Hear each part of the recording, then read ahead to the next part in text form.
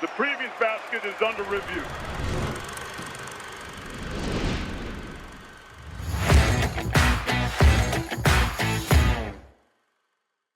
Happy New Year and welcome in to another episode of Weekend Under Review. That is Matthew Winick. I am Brian Rauf. Very excited to talk a little bit about what happened the past week around college basketball, but this weekend is when we're really starting to get going. We're really hitting conference play. Matthew, you said there's 120 something games just on Saturday alone? Yeah, 120. Yeah, we're hitting our stride early here in 2026. We'll talk about our biggest takeaways from the week that was. But not before we remind you that if you have not already, the best way to start the new year is to subscribe to Basket Under Review. Doing so gets you access to everything at basketunderreview.com, both our free content and our paywalled premium content as well. It also gets you access to the Discord, which is where Trilly Donovan has all his scoops and intel, both the website content and the Discord, if you're for one subscription at Basket Under Review. Best value out there, particularly if you are a college basketball fan, as we get ready again for the heart of the college basketball season. We're going to talk about the biggest games of the weekend ahead. But Matthew, this week, what were the biggest things that you saw, or the main thing you want to make sure we highlight? I got two quick ones for you. One, we had a Micah Shrewsbury special against Stanford the other day. I think Micah Shrewsbury is one of the best coaches in the country. He definitely proved that when he won at Penn State, which is a very hard thing to do. And he's just been dealt bad hand after bad hand at Notre Dame. Obviously, Stanford isn't going to compete for an ACC title, but without Marcus Burton to go cross country and to hold Stanford to 40 points is just like what our colleague Jordan Majeski likes to call a Shrews special. He absolutely put one of those on. And when you have a coach that has his own special, you typically have a good one. And I hope that pairing of Notre Dame and Shrewsbury continues to, be together, that doesn't change, and that they're able to figure it out, because Marcus Burton keeps getting hurt. They don't have enough talent. The transfer portal era is not great for them. And let's hope that changes. The second thing I want to touch on is St. Louis, because they're unbelievable. They finally got to A-10 play. They basically did, besides that 1 point loss to Stanford, everything they possibly could. They killed their bye games. They beat everyone up. And then they got an A-10 competition. St. Joe's, obviously St. Joe's missing Deuce Jones, who just got kicked off the team, and turmoil and yada yada. But they shot 19 of 32 from deep. That's 59%. They're shooting almost 40% from the year. They're 13-1. They're projected to win every A-10 game on their slate except for their next one, at VCU. If they can win at VCU, they have a serious chance around the table. It'll be fun to see. That's a legit team that we both talked about in the preseason as being legitimate. They're looking top 25 caliber, particularly as some of those teams at the back end of the top 25 have struggled. I want to talk about Creighton. We talked last episode about the Creighton-Butler game. That was one of the ones we highlighted. And I kind of thought it might be Creighton's time to come back to earth. They're now 3-0 to start the Big East. The biggest reason why is they've started making shots, quite simply. I dove into this in the Rauf report that's up at basketunderreview.com. You need a subscription to read it, so make sure you get that subscription so you can read that Rauf report. Just a little tidbit here. From their first 10 games where they were 5-5 to the last 4 games, pretty much everything is the same. The defense is much better the last 4 games, but that comes being able to set the defense. The only other major change is they went from shooting 32.5% from 3 the first 10 games to 41.6% the last 4. Basketball can be a complicated game. It can also be a very easy game. And when you want to shoot as many threes as Creighton does, because the three-point attempt rate has not changed much, you need to make them to win. And the last 4 games, including their first 3 in Big East play, Creighton has made them. And that makes them obviously very dangerous. The Big East, as we mentioned, is very wide open behind UConn, and Creighton shooting and just their style of play, taking full advantage of that. So I want to give a shout out to Creighton there as well, even though I doubted them by picking Butler. I know something else that's changed. What has changed? Owen Freeman and Blake Harper played a combined 14 minutes in this last game. They both got benched in the past couple of weeks. Yeah. And it worked. They made Greg McDermott's been doing this way too long to not figure out something that worked. He benched 2 of his star transfers that weren't performing, at least in the Creighton system, up to snuff. and he kind of fixed it, at least for the time being. Yeah, they've found themselves a little bit too. I think found something that works. There was a clip as the broadcast was cutting to commercial on the Creighton Butler game, where Owen Freeman had played just a handful of minutes and then went to TV timeout, and Greg McDermott was just staring at him blankly with some "what the bleepity bleeps are you doing?" thinking about some defensive efforts that Freeman had. We've reached the point in the season too where coaches are looking the shine of the transfer and whatever we paid you to come here, the shine of that has worn off, and it's about what you can produce or not. Creighton again finding their footing, I think, has kind of found where they're at. I also talk about Michigan State in the Rauf report. I will leave that for the article, so make sure you go to basketreview.com and check that out. They got a big game against Nebraska this weekend, which I don't know if we thought we would say before the season started. We've talked a good bit about how good Nebraska has been. We've talked a good bit about how good Michigan State has been. This is a game with Big Ten title implications, which is, again, a strange thing to say in a game that involves Nebraska, but that's where we're at right now. In your mind, what's going to decide this one? 3-point shooting. That's the answer for every Nebraska game. The team that hits more threes typically wins the game, because in a Nebraska game, and I'll say this over and over again, on average, 50% of all shots between both teams are 3-pointers. Michigan State coming into the year, massive flaw, they can't shoot threes. What if I told you that they were shooting 2.7% higher than Nebraska from three this year? You wouldn't really believe me. A part of that is like rate, of course, like Nebraska shoots way more, so they're going to miss more. Like, sure, but what we don't really talk about with Nebraska, because it's kind of been like shaded by the fact that they've been amazing, is that they lost Connor Essegian. And Connor Essegian is probably their best guard shooter. Price Sanford on the wing, and then Rink Mast as a big. But they're playing a lot of Sam Hoiberg and a lot of Cale Jacobson, two, like, not to be rude, but just two walk-ons that have hit a combined 12 threes from the guard spot all year. So Michigan State is a more efficient three-point shooting team. If they hit more threes with the way that they rebound the basketball, they probably win this game. But it is worth mentioning that Nebraska doubles the post on everything, and a lot of Michigan State's offense kind of revolves around Jackson Kohler in the post. So they're going to have to be a lot more dribble and pass dependent than they have been in some other games. It's just going to be a fascinating blend of styles. Yeah, Michigan State's going to try and win inside. Nebraska's going to try and win on the perimeter and try and draw those bigs for Michigan State, out to the perimeter. That's part of why Nebraska's had so much success this season, because their bigs have been successful doing that. And everybody in Nebraska can pass. They invert their offense, and teams have trouble handling that. Michigan State's also not played their best recently. Since they lost to Duke, they haven't lost. They haven't played a top 100 team, and there's been reason to pay attention to the score in all of those games.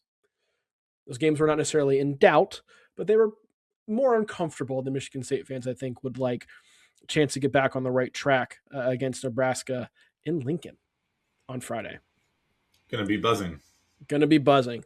The first game on Saturday is an interesting game. I hope to be in attendance to this one. Virginia and NC State. Just a 11 a.m. Eastern tip for this one, because why not on ESPN2? These are two teams, and this game's really intriguing to me, Matthew, because both of these teams I think we know are good. But if they're going to reach their preseason expectations with the buzz of new coaches coming in, they have to start beating good teams. Both of them only have one top 50 win to this point in the season. Virginia's is over Texas, and you can say what you want about how good Texas might be. And NC State's is over VCU, which, good VCU team, but again, that shouldn't be your best win if you were trying to get where NC State's trying to go. This is a bit of a prove-it game for both of these programs, and may solidify one as a more legitimate ACC title contender than the other.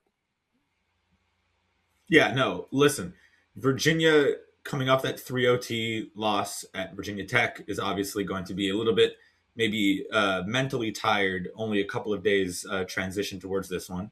But NC State's been defending the hell out of the basketball the past couple of days. Mm-hmm. Obviously, Ole Miss and Wake Forest aren't, world beaters offensively, but still a marked difference from earlier in the year. I kind of went to bat for NC State, talking about how you kind of got to throw Maui out and then some like 3-point outlier performances. When you play Wake Forest and Wake Forest goes 8 for 31 from 3, like, yeah, you're going to hold them to 57 points. Virginia could have really, really, really used Jakari White in this game. He's out with a hand injury, wrist injury. He's their best 3-point shooter by far. He's at 50% on 60 attempts. And Virginia was really missing his shooting against Virginia Tech. They went 22% on 45 total attempts. They don't have a natural floor spacer. Like Chance Mallory can hit threes, but he's more on ball. Tice DeRitter can hit threes, but they're mostly off of pick and pops. They need a floor spacer against all of the pressure and the passes that NC State's defense is going to force you to make. And on the road, without your best shooter, off a triple overtime game, is just like you're kind of piling up the issues for Virginia against an NC State team that's red hot.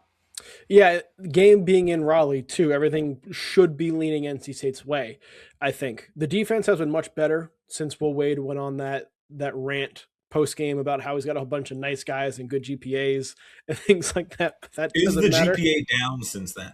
That's what I want to know. I don't think classes have been had since then, so we don't know. We don't know. But I think we need to make sure that NC State's basketball team, their focus is on the court. They are athlete students in Will Wade's mind, not student athletes.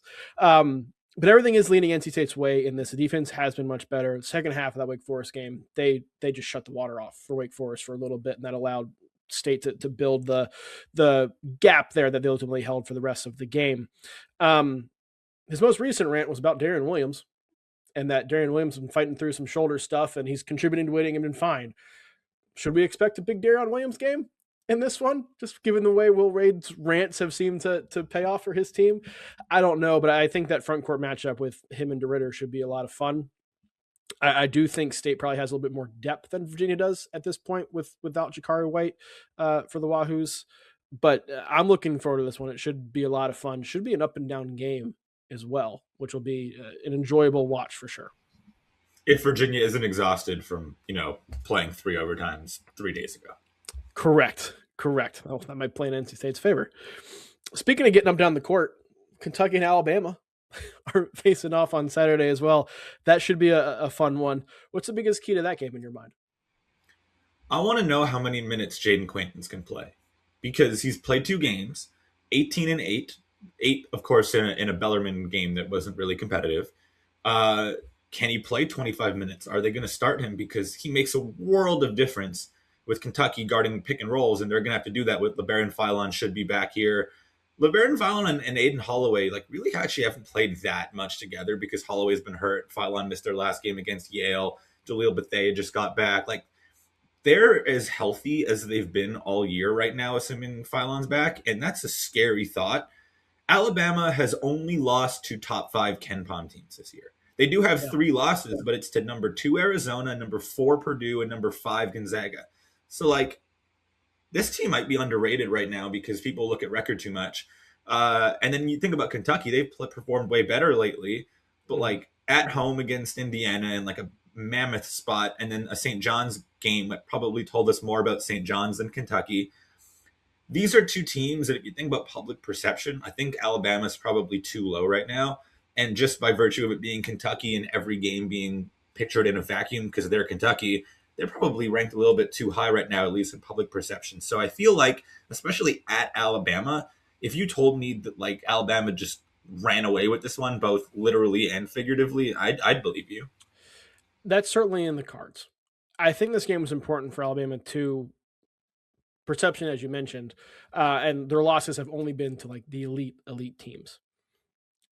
But they only have one real impressive win, and that's the Illinois win, which is impressive. I'm not trying to discount that. But if you are trying to be as good as Alabama seems to be, you need to get some validating wins behind that. Because it's Illinois. Beating St. John's is certainly very nice, but that holds a lot less weight now than it did back on November 8th when it happened. Yeah. Given the way St. John's has performed. So if you are trying to solidify yourself as the best team in the SEC or one of the best teams in the SEC, this is a game at home I think you got to go get and kind of set the tone for the rest of the SEC play. I'm not as worried about Kentucky from the Kentucky standpoint in terms of wins or losses in this game. I said this about the St. John's game for Kentucky as well. it seemed like the second half of the Indiana game is where they flipped the effort. They kind of flipped the way they were attacking games this season. Continued against St. John's. Quaton's had a big part of that.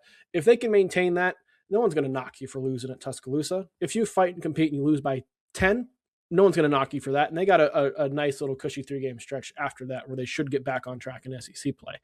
I want to see them maintain that effort. Quaton's, as you mentioned, a huge bonus, whatever he's going to provide, and we want to see how many minutes he has so we can project his impact for the rest of the season. I want to see Kentucky maintain a sizable effort in this one, and I think that's more important than just the raw win and loss result in this game. This is also the Mo Diabate revenge game. Nate Oates did not play him enough. Nate Oates did not use him enough. He's been used a lot more at Kentucky. He's basically the only guy in their team that isn't a big man that is physical at all. So kind of Mark Pope's had to. I hope for Mo Diabate's sake that he has like a 25 and 15 double-double. I hope so too. But I also think that one of maybe the potential downfalls for Kentucky in this game is Mo Diabate thinking it's a Mo Diabate game, and he starts throwing up some threes that he does not need to be thrown up there. He's only taken 2 threes in his last 3 games since coming back from injury after taking way too many to start the year. So maybe he's learned to maybe just not do that. I hope so. I'm scared of the, you always joke about the, some bench guy being like, oh, it's my time now. And it not really working out that way. He might be like their second or third best player. So let's make it his time. I would love for it to be his time, but in case it doesn't work, you just always got to keep an eye on that. Elsewhere in the SEC on Saturday, Auburn and Georgia are going to face off. I think this is an important game for both, other than it being the first SEC game, obviously. Georgia's got to put some validation on a very good record right now that does not have a good resume to go along with it. They've beaten up on lesser teams. They're ranked in the top 25 because of it. You got a chance to validate that a little bit against an Auburn team that needs a little bit of validation itself. They're another team that has lost the very best teams they've played, but those teams are very, very good teams. If you want to kind of stabilize where Auburn thinks they are when they're healthy, they should be able to, talent-wise, they should be able to beat a team like Georgia. What's going to determine if they are able to or not? I've got a fun Georgia stat for you. You ready? I'm ready. So Georgia's 12-1. They've played 1 top 100 Ken Palm offense, and they're 0-1 in those games. They're 12-0 in every other game. So against teams ranked below 100 in Ken Palm offense, they are undefeated, and above 100, they are winless. Do you know how many games against sub 100 Ken Palm offenses Georgia has left? I do, because I wrote about this in the Rauf report last week. I'm pretty sure it's just South Carolina. Well, unfortunately for you, South Carolina actually just had like an amazing offensive performance against Albany. So now it's 0. Georgia's not playing a team ranked below 100 in Ken Palm offense again. They are winless against top 100 offenses. I give all the credit in the world to Mike White for like creating a team full of NBA athletes. Athletically, this team is elite, but they're not very skilled, and they're using their elite athleticism to dominate inferior opponents. There are no more inferior opponents. Maybe they break the mold and actually just are so athletic it doesn't matter, but that seems unlikely to me. And Auburn isn't the greatest matchup because they're pretty small and they're going to get beat up athletically here.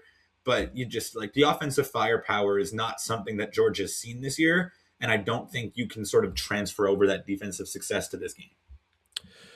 To that point about Georgia's athleticism, I want to read you the Mike White SEC teams, so both Florida and Georgia, where they've ranked nationally in tempo, starting with his first season at Florida, gradually until now. 110, 117, 226, 344, 326, 167, 267, 159, 96, 219, 3. Mike White is playing absurdly fast in a way that he probably should have done at Florida, because he assembled some pretty athletic rosters there too. And I do think it has gotten the most out of this group so far. But your point is exactly right. Doing that when you are able to athletically overwhelm the lesser teams you play is much different than doing that against teams that have the same caliber of athletes, if not better athletes than you do. Because Georgia, while they are very athletic, probably at best average tier of the SEC when it comes to size and athleticism and things like that. Yeah. Pair that with a team that's probably in the bottom tier from just a raw skill perspective. This is going to be a test because Auburn's totally fine playing fast. They want to play fast. They want to make things chaotic. We're going to see how Georgia translates in this game. Yep. It's going to be the first chance to see. I think it's fair to be skeptical about where Georgia is right now. I know I certainly am, just because they have not truly been tested. But this game will tell us a lot in a way that many games that are being played on January 3rd may not, because I don't think Georgia's season starts now. Georgia's season starts now. One more Georgia stat for you before we move on. Georgia leads the country in dunks by 11 over North Carolina, which obviously has the nation's leader in dunks in Caleb Wilson. And they have 25 more dunks than the third most dunks in all of college basketball. Like, it's not even close. They're dominating dunks. So take that for what you will. Well, I think that'll determine or be the key indicator to see how well their style translates to Auburn in this game in SEC play, is how many dunks they'll get. No, like, we joke, but like, for real, if they can't get to the rim and dunk the ball on SEC athleticism, then they're not going to compete. Yeah, or certainly not at a top 25 in the country level, certainly. Right. The last SEC game we're going to focus on here is at 3 o'clock on Saturday on ESPN2. Tennessee and Arkansas. Another intriguing game because I think both of these teams, we know that they are solid. I think it's fair to question just how good they are. So this is another good SEC opener with a measuring stick game between two teams that want to be in that top tier and I think can be in that top tier. This game is at Bud Walton, which will play a factor in this game, I would imagine. What other factors should we be keeping an eye on? For Tennessee to win this game on the road, Nate Ament has to be the best freshman in this game. Yes. And that's going to be tough because Arkansas has Malik Thomas and Darius Acuff, who are both really good. But we keep on waiting for the Nate Ament breakout. The Nate Ament breakout keeps on not happening. But I really do think that it can happen. He gets to his spots. He contributes in multiple ways. The ball's just not going in the basket. I think it's going to turn eventually. If it turns in this one, if Tennessee's physicality bothers the freshman for Arkansas in the backcourt, Tennessee should dominate the glass here. They can win this game. For sure they can win this game. Mm-hmm. But if Nate Ament struggles and it's just the Jacoby Gillespie show, they will not win this game. They won't. The positive for Nate Ament is we've talked about his struggles against power conference competition. The last game they played against power conference competition was December 16th, so it was a little bit ago. But it was against Louisville, and while he only had 13 points, he was 5 of 11 from the field and did have 7 rebounds. Now, Louisville's not the biggest team, doesn't have the most intimidating front court, but that kind of efficiency against like bodies is the first time we've seen him be efficient against a power conference team. We'll see if that continues against Arkansas, who has a big front line. Trevon Brazile, I think, is a perfect athletic matchup for Nate Ament, where he's somebody who is quick enough to handle him laterally while having the size to not let Ament shoot over him. This is going to be a test to see where Ament is in this game, for sure. I expect Acuff to play at a really, really high level. I expect we get a solid baseline from Arkansas. I hate to boil it down to one player, but you're exactly right. Like, this is Nate Ament, win or lose this game for Tennessee. The reality is Tennessee is going to grab 50% of their misses in this game. They average grabbing 46%, and Arkansas can't rebound, especially against top-tier competition. So if Tennessee can actually make their shots while grabbing half of their misses, that's a very good equation if we're just talking math. Yes, 100%. Moving out of the SEC to the Big Ten, UCLA and Iowa. Really fun game being played at Iowa. So not a full cross-country trip for UCLA, but a halfway across the country trip. We've talked about UCLA where 2 of their 3 losses, Arizona and Gonzaga, both really good fights in those games. No one's going to knock UCLA for the way they played in those. But they've had a lot of questionable performances outside of those games. Really, the loss to Cal obviously being the big one. Playing an Iowa team is a good chance to kind of get yourself back on track. This is an Iowa team that is good. Best win is Ole Miss right now. And so there's a bit of question marks about where Iowa sits nationally in the Big Ten pecking order. So what should we be looking for when we're watching this game at home? Well, Brian, you and I were really happy that UCLA finally decided to start running. Yes. That's good. What's bad is they're playing a Ben McCollum team. So that running momentum is gone. You do not run against Iowa. You do not run against Ben McCollum. So we're getting a Mick Cronin style game, which unfortunately is not good for the Mick Cronin led team. In a half-court slugfest, Bennett Sturts and company are just a way better assembled roster for a 63-possession game than UCLA's team is right now. Because Iowa's been dominant down low and on the glass, and you can beat UCLA if you can get the ball down low because their rim protector is Xavier Booker. And then on the flip side, Iowa's going to force you into tons of isolation and make you score 1v1. And while Donovan Dent is fantastic in transition, he has not been scoring efficiently at all this year. So everything that Iowa wants to do, which they should be able to dictate at home here, is what doesn't really make sense for UCLA in terms of winning a game. Iowa got manhandled physically by Michigan State, and that's why they lost that one. That won't happen here. They almost beat Iowa State at Iowa State despite falling down 13 early. They were up 13 early. They fell back down 10 and then almost came back again. Those are not bad losses in a vacuum at Michigan State, at Iowa State. This is probably, in my opinion, where they put their flag down as, yeah, we're a top 25 team. Can Donovan Dent be effective in a game played in the 60s? The same way he is in a game played in the 80s and 90s? Great question.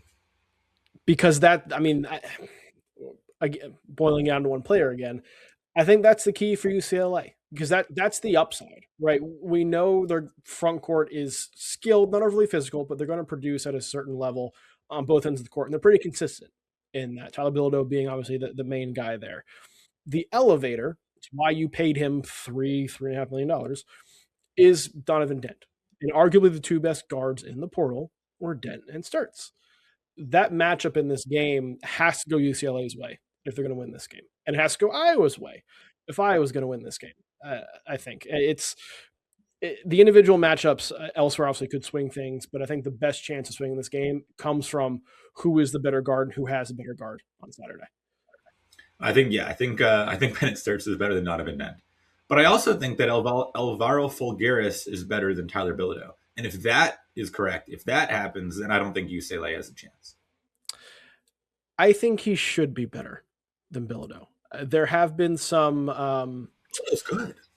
Yeah, he's good. He's good. But the issues have been like he's had games where he's been invisible on the glass. And if he's invisible on the glass in this game and UCLA is able to get an edge there, that is a big thing for the Bruins. Like Iowa's got to hold their own on the glass, which they certainly can do, but they've been sporadic, let's say, in that aspect. So that's one thing to see as well. Wrap things up in the Big Ten with a look at Purdue and Wisconsin. Purdue, we know how good they are. Wisconsin has been in and out of the top 25 all season long. Obviously, a win here would be their biggest win of the season. What are their chances of getting it? What has to happen? Well, they have to put up any level of decent effort against a good team, because they've not done that this year. They've played 3 top 50 teams so far this year. Lost by 28 to BYU, lost by 30 to Nebraska, and then lost by 10 to Villanova. Granted, that did go to overtime, but they were losing the entire game. If that happens, Purdue's number 4. This is the best team they've played all year if we're talking about just straight metrics. That is not a good equation. This team is very unathletic. They did not properly replace Stephen Crowell, who was a very underrated player in the sense that Wisconsin needs to deny the rim because they have no rim protection. And Stephen Crowell was excellent at being in the right defensive position. They essentially slid Nolan Winter from the 4 to the 5, and he has not been able to do that at the same level. Austin Rapp, while a strong offensive player, is not hitting shots right now and is invisible defensively. And the guards, I love Nick Boyd and I love John Blackwell, but Nick Boyd can't hit threes, and John Blackwell has really struggled from two. So it's just like no well-rounded players on this Wisconsin team right now. And you can't beat top-tier competition if you can only do one thing.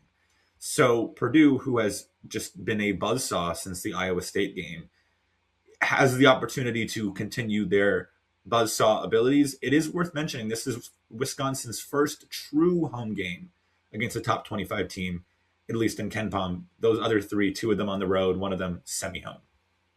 Yeah, and the Kohl Center is a tough place to play, so that needs to be taken into account here. Purdue is the better team. I'm not breaking any news saying that. I think they're better at every position, 1 through 10, 1 through 11, 1 through however far you want to put the rotation. I think Purdue is better in each spot. If Wisconsin's going to win, it's going to come down to their ability to keep Purdue off the offensive glass, which they're 11th in the country in defensive rebounding. So that is something that they can do. Obviously, they don't face teams as good as offensive rebounding as Purdue often, but that's the key for Wisconsin, along with making your threes. That's the key to any upset, obviously, is making your threes, but Wisconsin shoots over 50% of their total shots from three.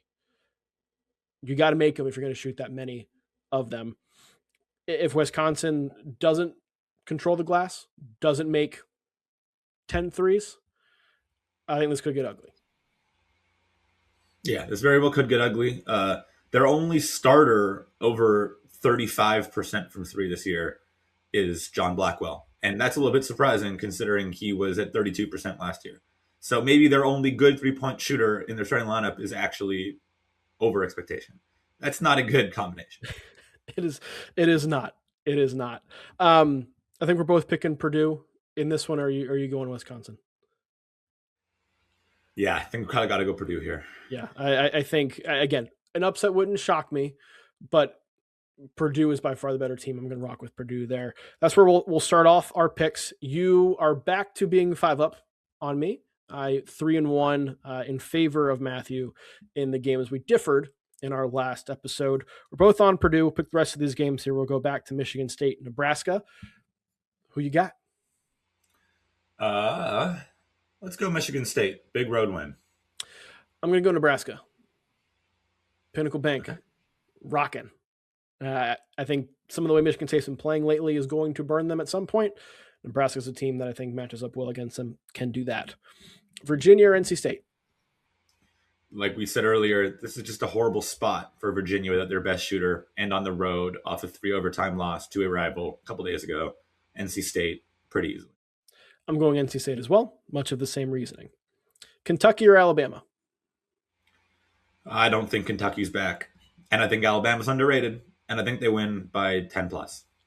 Statement win for Alabama, I think, in this one. It'll be fun. But Bama, I think is better. Bama, I think, is just straight. It's just flat better. We'll rock with them there. Auburn or Georgia? Oh, see, we just spent like the last 5 minutes saying that Georgia isn't actually legit. And I think that we're going to see that through SEC play. But I don't know if Auburn can hang athletically enough to go on the road and beat the best dunking team in the country. So I'm going to go against everything that I said earlier, and I think Georgia's going to find a way to win this one. I'll take Auburn. That's fine. If we got to have some different, I guess I'll take the team that I have a little bit more faith in than Georgia. That's fine. Again, I don't know if I would be surprised if Georgia won this game, but I am far more skeptical about what I've seen from the Bulldogs to this point than what we've seen from Auburn. Again, we'll see a good measuring stick game there for both of those. Good measuring stick game for Tennessee and Arkansas as well. Who do you have coming on top in that one? Hopefully we'll have some differing here. I think that Tennessee is going to go on the road here and pick up a big SEC win to kick off a league play. I just think they're way too physical, and I'm going to take the physicality over the skill here. If this game was played in Knoxville, I would take Tennessee. Because this game is being played in Fayetteville and at Bud Walton, I'm taking Arkansas. I think there's not a ton that differentiates these two teams. We'll lean towards home court. We'll take Arkansas there, but should be a close, fun game. Then UCLA or Iowa? Iowa. This is the official flag planting moment of the Ben McCollum movement in Iowa City. I'm going Iowa as well. They're going to succeed in slowing the game down because Mick Cronin does not want to speed it up. And Iowa is significantly better playing at that pace than UCLA is. So we'll go the Hawkeyes there. All right, we got 3 different. Be fun to reevaluate on Monday, see where we're at, see if I've made up any ground or if you've continued to build some distance. I have good news for you. The good news is we're probably never going to have to pick a Georgetown game again because they're ranked so low in all metrics that they're not going to show up in like good game metrics any longer. We're not going to have to put them on this sheet, and you're not going to have to pick them because they stink. Thank you for keeping the Georgetown streak alive here. Yeah, rough loss to St. John's for the Hoyas. I will say the last 2 like major games Georgetown has played against UNC and against St. John's, they have held their own and had leads for about 25 minutes until Halafanua gets into foul trouble, and then the lack of size just overwhelms them. And it happened in St. John's, happened against North Carolina as well. That's just where Georgetown's at right now, particularly with Iwuchukwu still being out. I hear you, but if the reason why a team isn't succeeding is because of the lack of Vince Iwuchukwu, then they were never going to succeed in the first place. I'm sorry. That's fair. We can only go on what we have, and we're going to spin this however we can. We're going to spin this however we can. That's fair. We will be back on Monday to break down all of these games and any other crazy things that are going to happen over this weekend. And I say going to because crazy things do happen in conference play, particularly the first like 3 or 4 games of conference play. Teams are feeling each other out and getting used to playing this level of competition on a more consistent basis. Should be a lot of fun. Again, we'll be back Monday to break it all down. For Matthew Winick, I'm Brian Rauf. We'll talk to you then.